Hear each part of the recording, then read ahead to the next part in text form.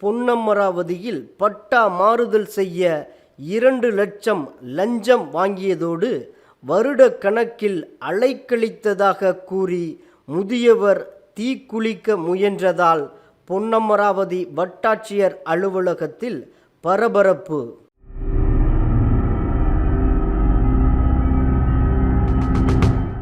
புதுக்கோட்டை மாவட்டம் பொன்னமராவதி அருகே இந்திரா நகர் பகுதியைச் சேர்ந்தவர் ராஜா முகமது. 69 வயதான மாற்றுத்திறனாளியும் சாலையோர வியாபாரியுமான அவர் 6 வருடங்களுக்கு முன்பு ஒரு இடத்தை பணம் கொடுத்து வாங்கியதாக கூறப்படுகிறது. அந்த இடத்திற்கு பட்டா மாறுதல் செய்ய பொன்னமராவதி வட்டாட்சியர் அலுவலகத்தில் மனு அளித்துள்ளார். அந்த இடத்தில் வழக்கு இருப்பதாக கூறி 2 லட்சம் ரூபாய் லஞ்சம் வாங்கியதோடு வருட கணக்கில் பட்டா வழங்காமல் பொன்னமராவதி வட்டாட்சியர் மற்றும் துணை வட்டாட்சியர் இழுத்தடிப்பதாக கூறப்படுகிறது. இந்நிலையில் ராஜா முகமதுவுக்கு ஆதரவாக நீதிமன்றமும் தீர்ப்பளித்தும் அவருடைய இடத்திற்கு பட்டா மாறுதல் செய்யாமல் வட்டாட்சியர் இழுத்து அடித்ததாக கூறப்படுகிறது. இதனால் மனமுடைந்த ராஜா முகமது மண்ணெண்ணெய் கேனுடன் வட்டாட்சியர் அலுவலகத்தில் தீக்குளிக்க முயன்றுள்ளார். தகவல் அறிந்து விரைந்து வந்த பொன்னமராவதி காவல்துறையினர் தீக்குளிக்க முயன்ற ராஜா முகமதுவை தடுத்து நிறுத்தி அவரிடம் இருந்து மண்ணெண்ணெய் கேனை பிடுங்கினர். இதனால் பொன்னமராவதி வட்டாட்சியர் அலுவலகம் இன்று பரபரப்பாக காணப்பட்டது. தாசில்தார் என்ன சொல்றாப்ல? தாசில்தார் இப்ப தர முடியாது, அதாவது அவங்க பேர்ல உங்க பேர்ல கேஸ் இருக்கு, தர முடியாது. அவருக்கு போட்டாருங்கிற அந்த கான ரெக்கார்டு தர முடியாது. இவ்வளவு காசு நான் கொடுக்குறேன். நானே ரோட்ல உட்காந்து வாங்க விற்கிறேன். ரோட்ல சாலை வழியா வரீங்க, இந்த சிலம்பத்தில் போட்டுக்கிறேன். இந்திரா நகர்.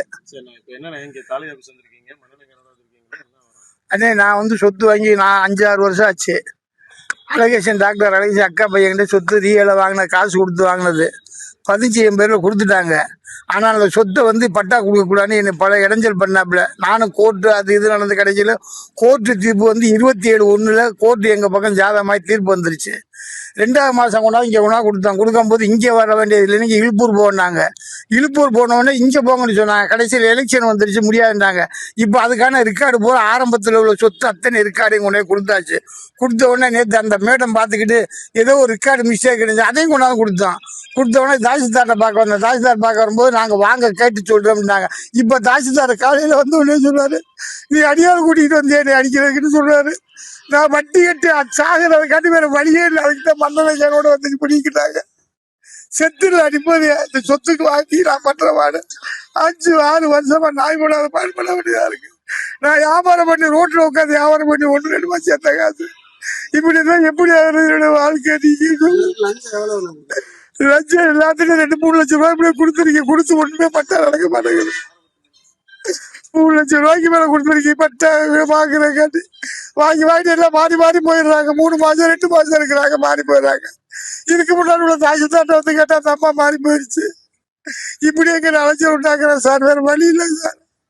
சாகிறத விட நான் இருக்கிறதுக்கு பேட்டு கிடையாது சார். அதே பார்த்தா முடிவுக்கு வந்து சார் மண்ணனை ஒத்தி அடிச்சு செத்துடலாம்னு பிடிக்கிட்டு போயிட்டாங்க. மண்ணனை கேட்டேன். போலீஸ் சொன்னாங்க அந்த வேலைக்கெல்லாம் போக கூடாது அப்படின்னு சொன்னாங்க. இங்க தலைவர் உங்களுக்கு ஏதோ நடவடிக்கை எடுக்கிறது சொல்லியிருக்காங்களா? எடுக்கிறேன்னு சொல்லி வந்து அம்மா போயிருக்காங்க. இல்ல தாசில்தார் என்ன சொன்னாப்ல? தாசில்தார் சொன்னாரு தர முடியாது. அதுக்கான ரெக்கார்டு கேட்டாங்க, ரெக்கார்டு தர முடியாது, எதுவுமே கிடையாது. இங்க கொடுத்தது உங்க ரெக்கார்டு, அவருக்கு ரெக்கார்டே கிடையாது. அதை பத்தி பேச வேணாம். ரெவன்யூல எதனால இருந்தா கொடுங்க, உங்க மேல இருந்தால் அவர் பேர்ல இருந்தாலும் கிடையாது. அவர் பேர்ல ஏதாவது பட்டா பத்திரம் எதுவும் இருக்கா? எதுவுமே கிடையாது. எதுவுமே கிடையாது. ஆட்கள் பழத்தை வச்சு அப்படிதான் மிரட்டுறாப்புல. இப்ப இதுக்கு முன்னாடி வீட்டுக்கெல்லாம் வந்து மிரட்டி இருக்காரு. ராஜா முகமது, இந்திரா நகர்.